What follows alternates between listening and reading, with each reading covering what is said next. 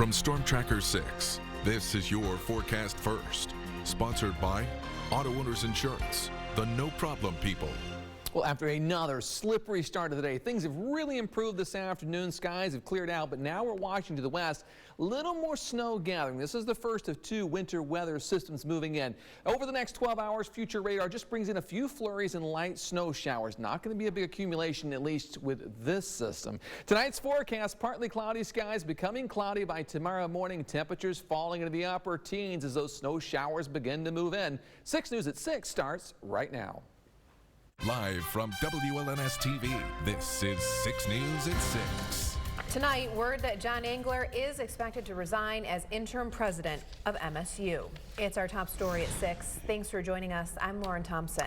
And I'm Sherry Jones. Trustee Joel Ferguson says the board is expecting a resignation letter from John Engler at any time. This comes as the Board of Trustees call for an emergency meeting tomorrow where they reportedly plan to fire Engler if he doesn't step down first. Kaylee Marentet has been following the story today. She's here for you now with the very latest.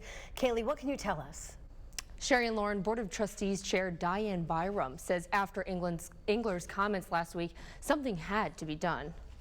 Interim school president John Engler on the way out. It comes after yet another controversial comment he made about Nassar survivors, saying some of them are still enjoying that moment in the spotlight.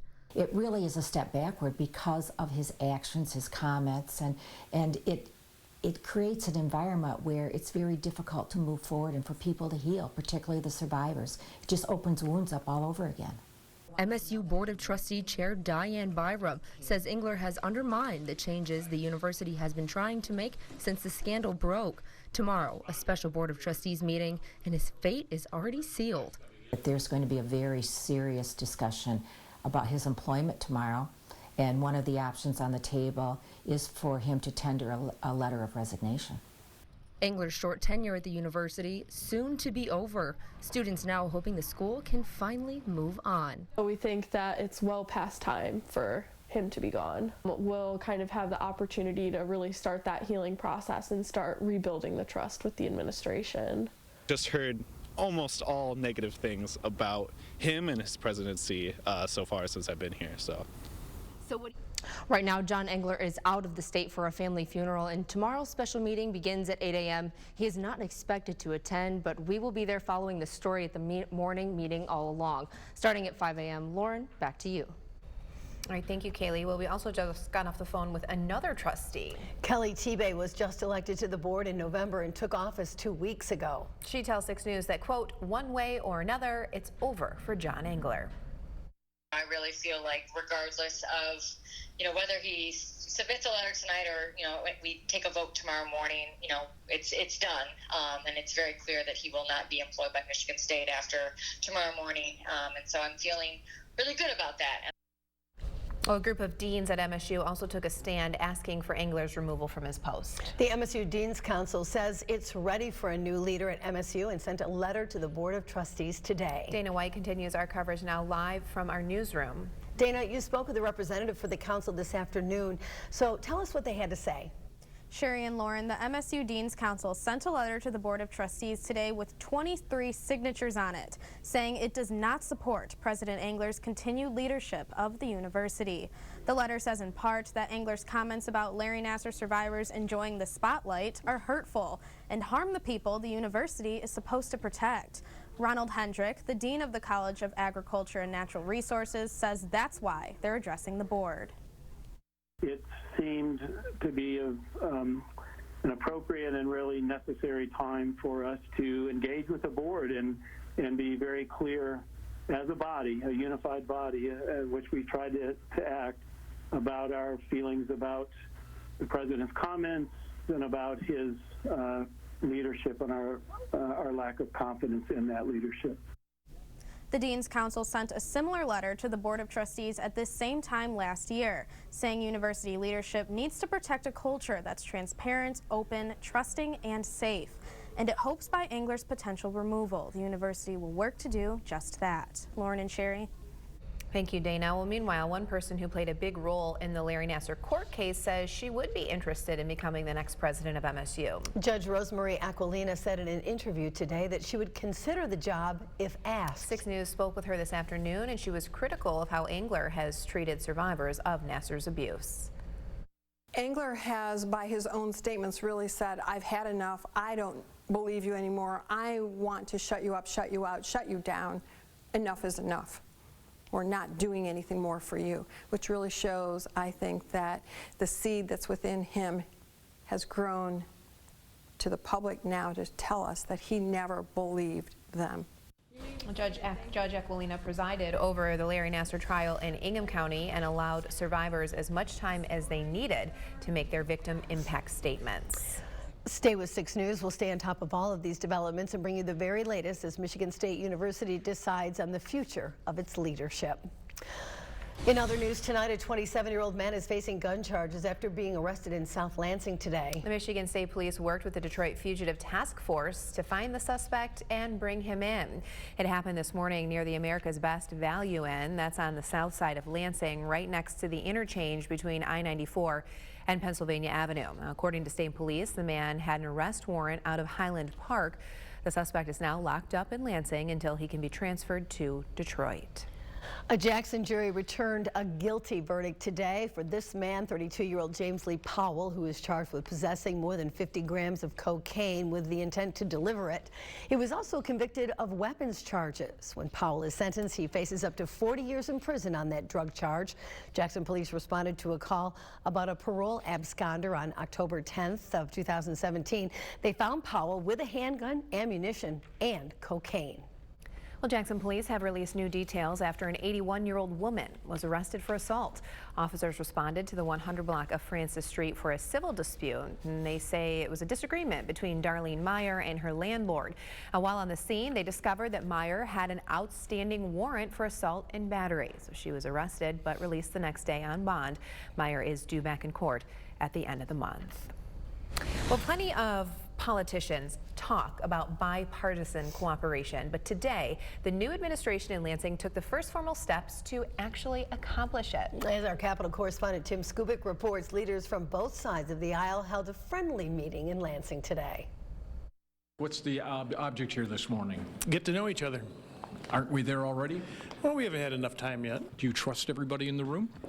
We're not even in the room yet. Here are the key players in the quadrant. The new House Democratic leader, Christine Gregg. Mr. Speaker, how you doing? I'm doing well, Madam Governor. How are you? The new House Republican Speaker, Lee Chatfield. Mike, good to see you. Good to see you. Thanks, I'm glad you're here. And that's the new Senate Republican leader, Mike Shirkey. And getting a big hug there, the Senate Democratic leader, Jim Ananich. We're getting to know each other. I mean, I'm the only one who's been in quadrant meetings the last 4 years, so we're all figuring it out as we go. This is the first time the so-called quadrant has met, and the governor lays out the objective. You can't trust one another if you don't know one another, and that's why I'm eager to start building relationships. They did not talk about any specific issues, but they laid out a strategy to deal with their differences without allowing those to poison their good working relationship. I think we've got an opportunity here. Will the opportunity pay off? More bipartisan meetings on tap, the governor promises.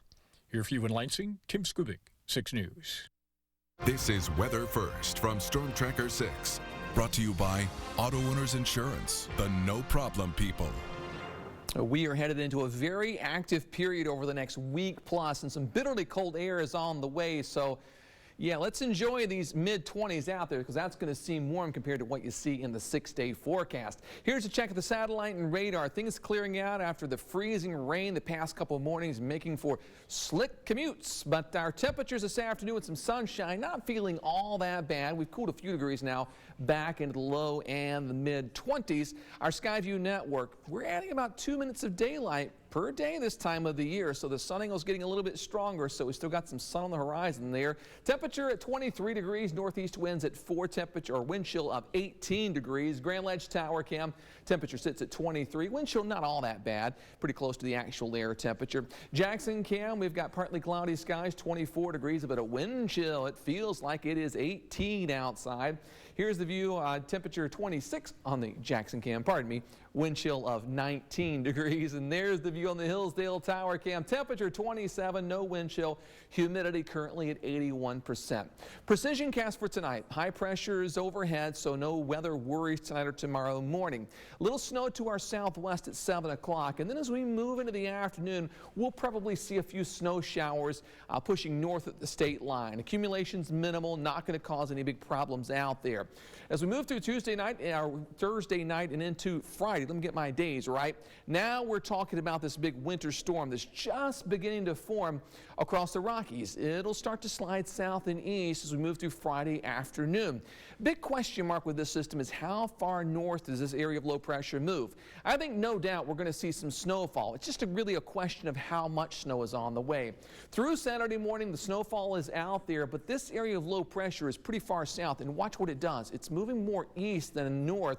We typically like to see these things move through the Ohio Valley for big snows here. So with that in mind, the snow winds down as we move into Saturday evening. Now, what are the odds if you'll see at least 5 inches of snow? Well, I think from Lansing north, low chance. But south of Lansing, southern Ingham County into the Jackson area, especially south of Jackson, now you're talking about a decent chance of seeing at least 5 inches of snow. Still looks like a decent system. And over towards Detroit, that may be where one of the higher totals will come in.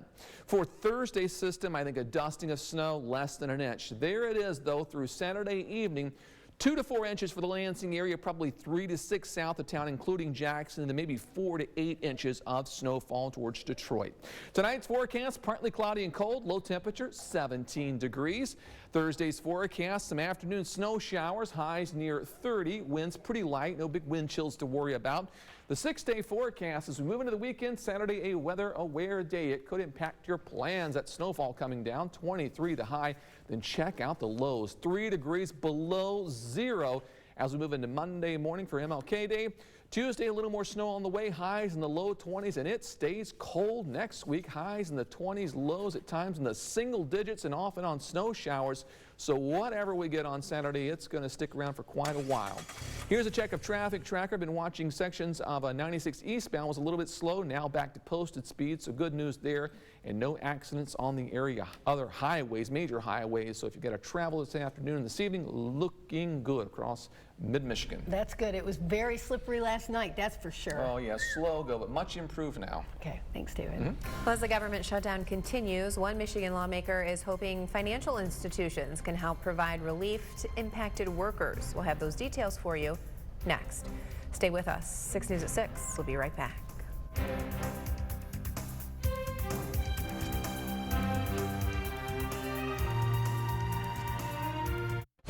It's now day 26 of the longest federal government shutdown in the history of the United States. Michigan Representative Alyssa Slotkin is urging the federal government to help get financial relief for affected workers. Slotkin wrote an open letter to Education Secretary and fellow Michigan native Betsy DeVos, calling on her to reach out to the CEOs of banks and student loan companies to request a temporary reprieve for federal workers who are no longer getting paid. Slotkin also wants DeVos to promote federal programs that can help with student loan payments. Credit unions in the state of Michigan are already taking action to help out unpaid federal workers. The Michigan Credit Union League says more than 24 credit unions are offering assistance to impacted employees. Now, according to the league, those credit unions are offering things like no interest loans for up to 12 months, delayed payments on existing loans, budgeting assistance, and referrals to community assistance programs. Now, if you need information on programs available in your community, just pick up the phone and dial 211, or you can click on the Scene on 6 section of our website, WLNS.com. And we encourage you to stay with 6 News. We'll keep bringing you the latest on the government shutdown and its impact on the American people. Well, Fred Heumann is up next with sports, and it's certainly a somber day in our community. It is. It's the day we say goodbye to former MSU basketball coach Gus Kanakis, who had quite an impact, didn't he, Fred? Boy, did he ever, and you know that. He was a one-word name, just Gus. Tom Izzo has some thoughts on that and some news on how his team will pay tribute to Gus Kanakis after a glorious ceremony for a man who made a huge impact in our community, far beyond the gymnasium indoors. We'll remember Gus Kanakis on the day his friends and loved ones said goodbye. We'll share it with you up next. This is 6 Sports. The remainder of this season, our players will be wearing a patch honoring Gus. Like Michael and Larry, LeBron and Magic, first names are for only the powerful people. Tom Izzo revealing today his players will wear a patch on their uniforms for the balance of the season, saluting former Spartan basketball coach Gus Ganakis, who died last Friday and continues to be remembered, no more so than at what they called a celebration of life this morning at a packed St. Thomas Aquinas Catholic Church in East Lansing. They said goodbye to this community icon and former Michigan State and former East Lansing basketball coach. Gus Ganakis was a proud Marine who served our country in the Battle of Okinawa during World War II. His coaching legacy is frankly far exceeded by his legacy as a kind, caring human being and a pillar in our athletic community. Many of his former players at the college level and high school level were there today. Gus was eulogized by family and friends and by a surprised eulogist in from California, Hollywood actor Ernest Harden Jr., who was an unheralded basketball player for Gus at MSU during the 1960s. I love you, Coach Ganakis. You took the time to help shape the life of this young man from the streets of Detroit more than you will ever know. I will always, always miss you. You were simply the best. Dad was not a me person. He was a person that reveled in fun and success of others, not his own.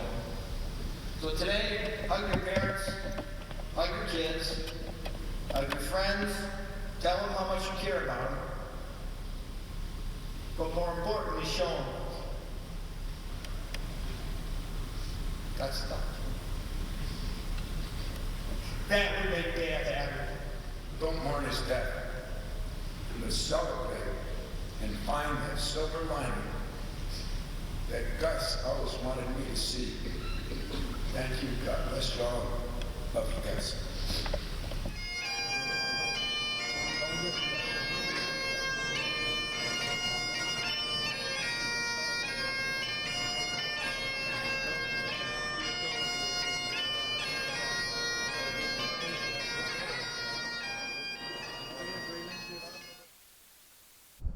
Really was a wonderful ceremony that lasted over 2 hours, including a traditional Catholic Mass. At the end of the service, the Marine hymn was played. While Gus' body was escorted out of the church, so was the Battle Hymn of the Republic, fitting and touching. And then former players shared a laugh at a story or two about Gus. Two of those players reflected for us. You lost a mentor, a coach, and a friend, didn't you? Oh, yeah, and even more. I told Coach about, 3 or 4 months ago, that he's one of the 3 most important men in my life: my father, my grandfather, and Gus Ganakis. Gus has always been one of those kinds of guys that you love to see after you left Michigan State, and he made an impact on my life just as he did with many players who, as you could see today, a lot of us came back. A lot of people don't know this, but I really chose Michigan State because of Gus Ganakis. I chose Gus Ganakis. He just happened to be Michigan State's coach. All right, the Detroit Lions have a new offensive coordinator, and Michigan State's men's and women's basketball teams look ahead to games tomorrow night. But I felt this show should be all about Gus, so I'll leave you with that and see you tonight at 11. All right, agreed, Fred. Rest in peace, Gus. Stick around. David's back after the break. He's got a final check of your forecast. Is the morning commute going to be like today, tomorrow? Oh, no. Much improved tomorrow. Very good. And good news there. The bus stop forecast, it will be cold, of course, so bundle up. Temperatures near 20 tomorrow morning, and then in the afternoon, a few snow showers push in, but it's not going to cause any major problems on the roadways. Highs near 30. Here's the 6th day. Got to watch out for Saturday. 23 degrees. Good chance of a few inches of snow. Temperatures in the teens for highs Sunday and Monday for MLK Day. Looks okay, but very cold. Low temperatures below 0. During the morning hours, and then a little more snow on the way Tuesday, and highs still very cold, low 20s. Woo. So that snow will stick around. Yeah, it will. We're gonna have to buy Fred a winter coat. I know, and sometime between now and Saturday, you're gonna have to pull out the picture that proves that Fred does shovel. 20s? Did he say 20s? Fred, I need to freshen that picture up. Could you send me one on Saturday? I don't shovel. Fred, Never on Monday it's 3 below zero overnight. Is it? Yeah, plus wind chill. I guess I miss out on a lot of things go right over my head, don't You said it. Stop it! Not us. Right, exactly. Have a great evening, everyone. Stop.